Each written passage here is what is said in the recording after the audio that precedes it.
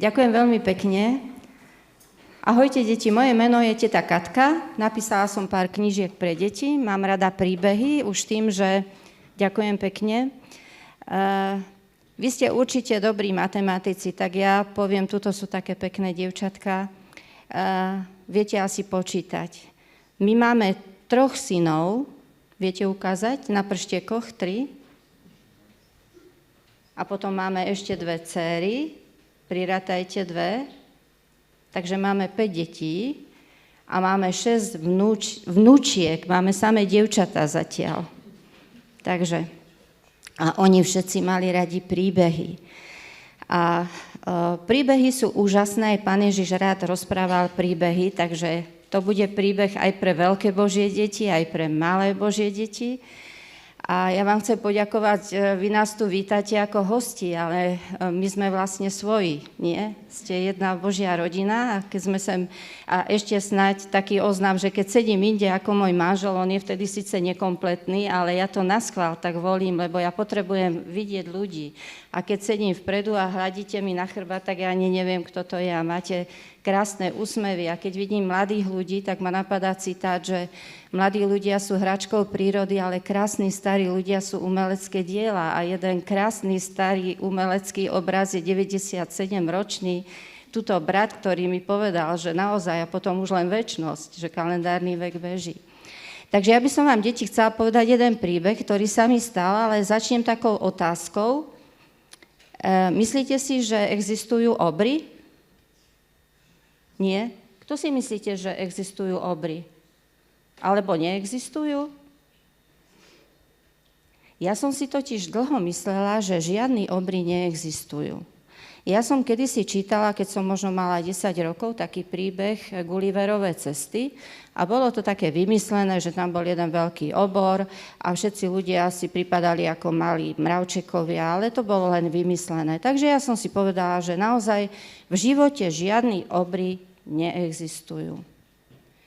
Až raz sa mi stalo, keď sme pôsobili vo Zvolene, že som išla prednášať do iného mesta, tak som nasadla do autobusu, našla som si pozdravila som samozrejme uja šoféra, kúpila som si lístok, sadla som si, no a zrazu do autobusu nastupoval taký starček, ktorý mal ošuchaný kabát, mal šedivé vlasy, mal vraskavú tvár, ale na tej tvári mal milý úsmev.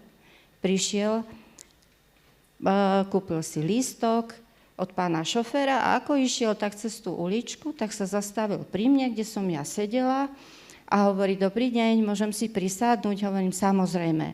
A všimla som si, že držal v každej ruke jednu veľkú tašku, takú károvanú, ako nosia trhovníci, aby sa do toho čo najviac zmestilo.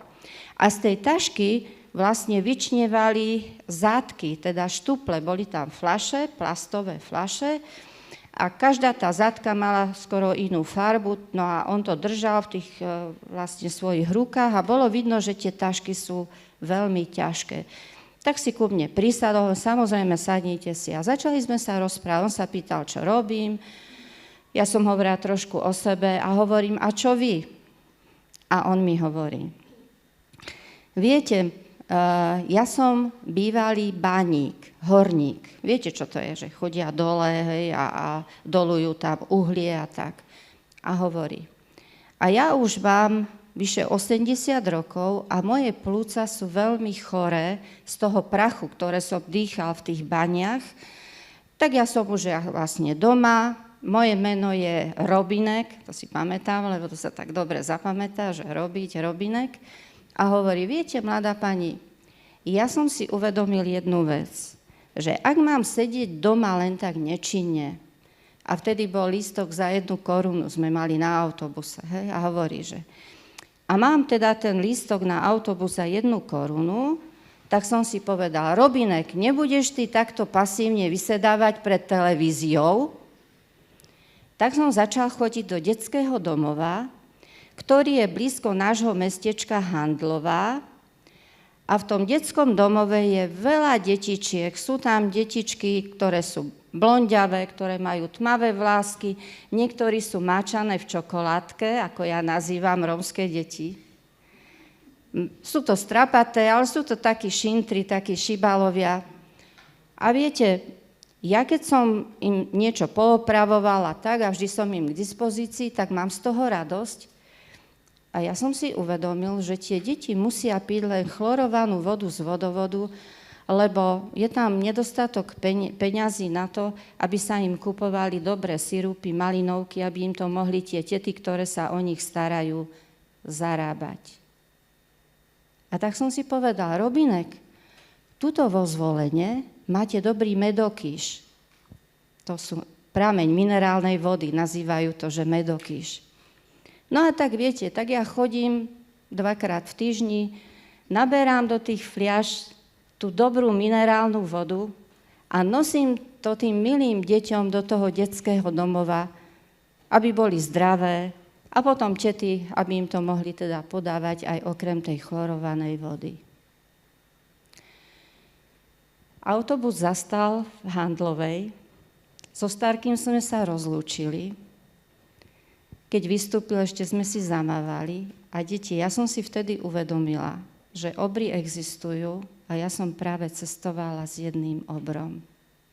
Lebo obor nie je ten, ktorý má 2 metre ako basketbalový hráč, ani ktorý má veľké ruky ako lopaty a ktorý proste je masívny, veľký postavou, ale obor je ten, ktorý má svoje srdiečko pre druhých ľudí. A mne sa veľmi páči tá vízia, Pán Ježiš hovoril, že v nebi bude úžasná radosť nad každým, kto bude mať také srdiečko, ktoré bije aj pre druhých. Že tuto je taký fešáčik v modrej košeli a keď ti niekto povie v triede, že počúvaj, kamoš, ty si najférovejší spolužiak, lebo keď niečo zabudnem, tak si jeden z prvých, ktorý ku mne priskočí. Vidíš srdco moju potrebu a tuto z týchto krásnych slečien, keď vidia srdiečkom, že napríklad maminka je unavená, tak povedia, maminka, sadni si, ja ti donesiem, čo budeš chcieť, pohárik vody. Alebo si všimnú, že ten Havko je už hladný, tak nebudú čakať, že mu to nasype ocko alebo maminka niečo do misky. A takéto srdiečkové stretnutie bude v nebi. A Pán Ježiš sa veľmi na to teší. A dokonca anjeli budú robiť mexické vlny radosti, ako keď niekto dá gól. A to bude vlastne nádherné srdiečkovo. Tak ja vám prajem, deti, aby ste sa učili od veľkých, ktorí sú vám vzorom, a to chceme byť všetci my, aby ste sa s nami dobre cítili a aby ste boli také chodiace srdiečka lásky, aby Pán Ježiš povedal, no keď sa vráti, no poďte už domov, pretože bez vás by to nebo ani nebolo nebom a vy by ste nám tu veľmi, veľmi chýbali. Tak ja vám ďakujem, že ste počúvali, že chcete byť takí obrovia, aj keď máte možno len málo rôčkov a malé postavičky, ale každému má to srdiečko byť láskou a preto v nebi sa tešia. A to, čo ma fascinuje, že nás nebeský Ocko je maximalista za minimum, že aj keď podáte pohár vody s láskou, tak je to o mnoho viacej, ako keď nachystáte nejakú veľkú hostinu. Ja vám, detičky, prajem, aby ste boli naozaj takýto láskyplní, aby ste sa to učili od Pána Ježiša aj z rôznych príbehov z Biblie, aj tuto vo vašom krásnom zborečku, aj v prírode, ako Pán Ježiš je úžasný stvoriteľ a všetko s takou láskou tvoril. A ak máte vo zvyku niečo nakresliť, tak môžete niečo nakresliť a možno potešiť niekoho, kto sa vám zdá aj tuto v zborečku smutný, možno je chorý, alebo prežíva nejaké ťažké chvíle.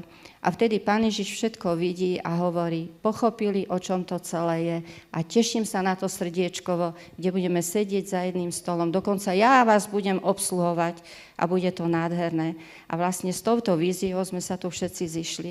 A ja vám ďakujem, že ste nás prijali ako svojich, takže myslím si, že to bude také nádherné spoločenstvo a ja žartovne hovorím, že Moraváci sú naša blízka krvná skupina, lebo vy ste Slováci, čo nestihli do Prahy doraziť. Bez urážky Pražákov, lebo všetci sú naši. Takže my sme v 83.